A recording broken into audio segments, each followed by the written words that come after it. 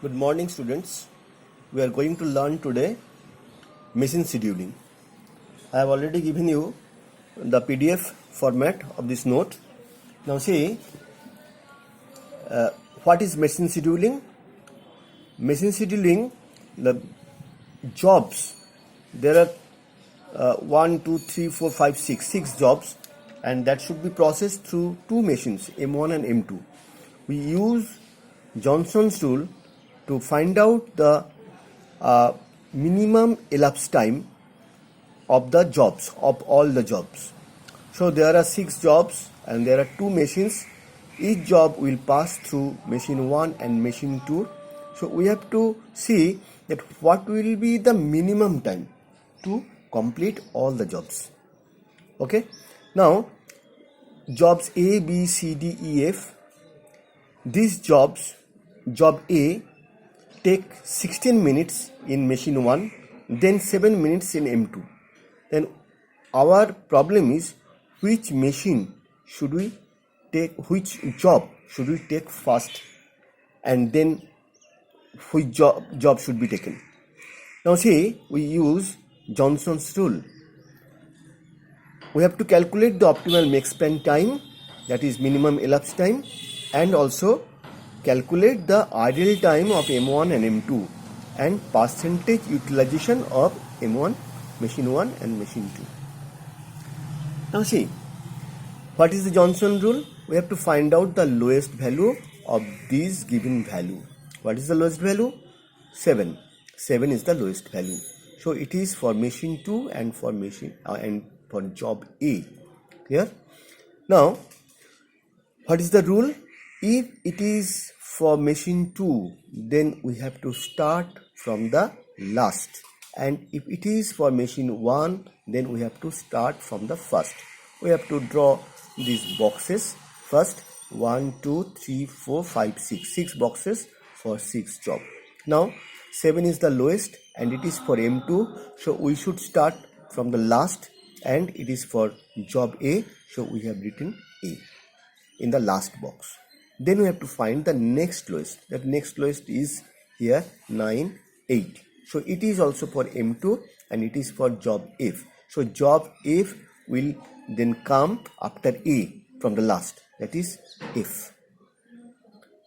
Now third lowest. What is the third lowest? Third lowest is 7, 8, 9. 9 is the third lowest, but it is for machine 1.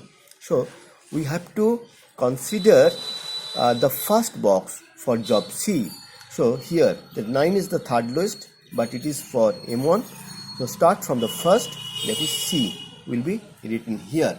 And then fourth lowest. What is the fourth lowest? Fourth lowest is 12, and it is for also machine 1 and for job E. So job E should be written after C here. Clear? Now what is the fifth lowest?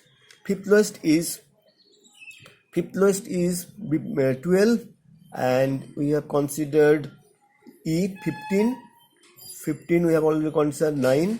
So 20 is the next lowest. So 20 is for machine 2. So we have to start from the last, that is B here. This place we have written B. So obviously here this place is for D. So what is the machine sequence, job sequence? That is C, E, D, B, F, A. So we will start C job at first, then E, then D, then B, then F, then A. In this way we perform all the jobs. Clear? Now see, for job C, when it will enter in machine 1, then the in time is 0. So we have not yet started any job. So start time is 0, but it takes 9 minutes. So after 9 minutes, machine 1, M1, will be released. Clear? So now see,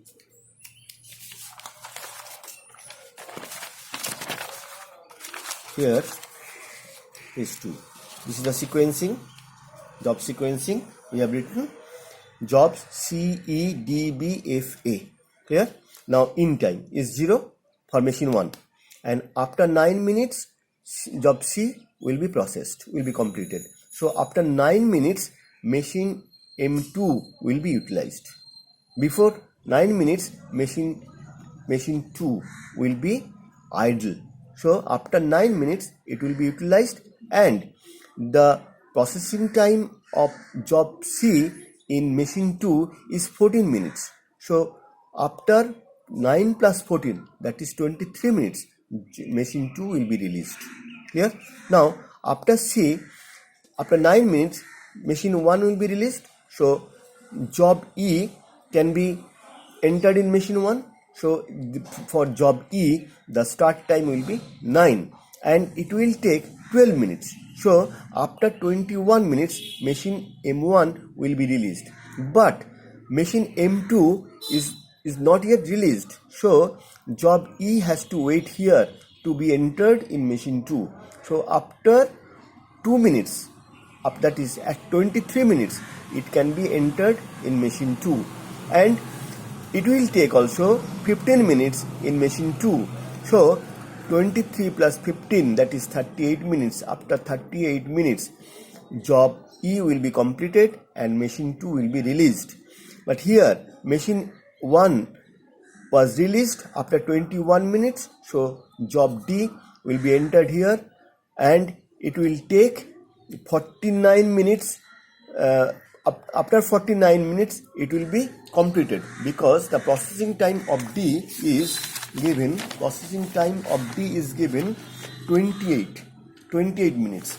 So 28 minutes, 21 plus 28 here, 21 plus 28, that is 49 minutes. After 49 minutes, machine 1 will be released, and next job, that is job B, will be entered after 49 minutes, and D job will be entered in machine 2 after 49 minutes. And because this machine was released after 38 minutes, but the job is not completed, so here is also the idle time of machine 2. So this machine has to wait these minutes, 49 minutes, 38 minutes. Clear? So after it entered in machine 2, it will take 21 minutes to be completed. So 49 plus 21, 70 minutes. After 70 minutes, job D will be completed. Now next job B already entered. After 82 minutes, it will be released, and this job will be entered in machine 2 at 82 minutes.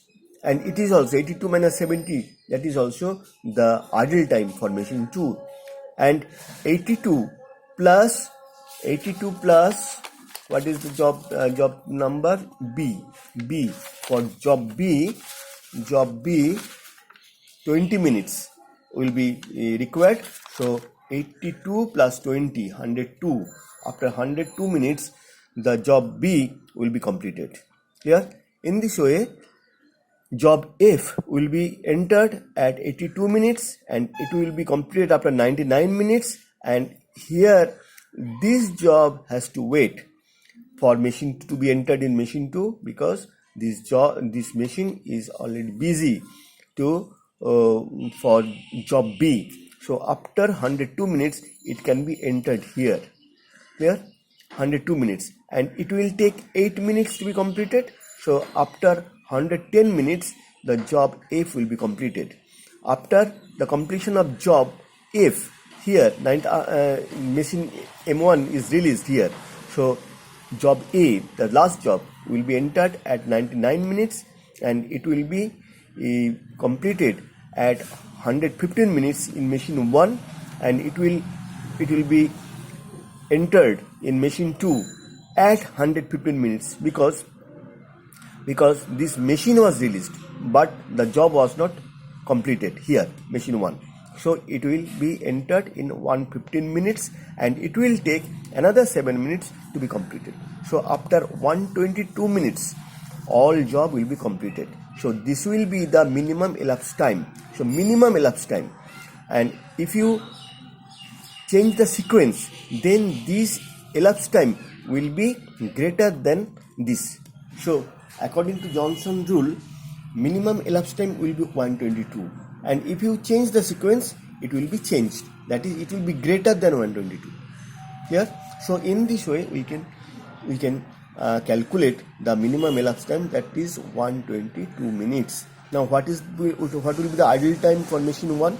Machine 1 idle time will be for machine 1 will be total time 122 minutes, and total time actually required for machine 1 is 115 minutes. How it is calculated? Now just sum up all these, that is 16 plus 33 plus 9 plus 28 plus 12 plus 70, that is the total time. And for machine 2, 7 plus 20 plus 14 plus 21 plus 15 plus 8, that is the total time here. So this is the total time for machine 2, and this is total time for machine 1. We have already added it here. Now see, total time in machine 1 is 115 minutes, total time in machine 2 85 minutes. So total idle time for machine 1 is 122 minus 115, that is 7 minutes, and for machine 2 it is 122 minus 85, that is 37 minutes. Here, so idle time for machine 1 is 7 minutes, and for machine 2 is 37 minutes. Percentage utilization of machine 1. What is the percentage? That is 115 by 120 total elapsed time, and time required for machine 1, that is 115 by 122 into 100%, that is 94.26%, and for machine 2 it is 85 by 122 into 100%, that is 69.67%. So it is the application of Johnson rule for machine scheduling. Okay, thank you.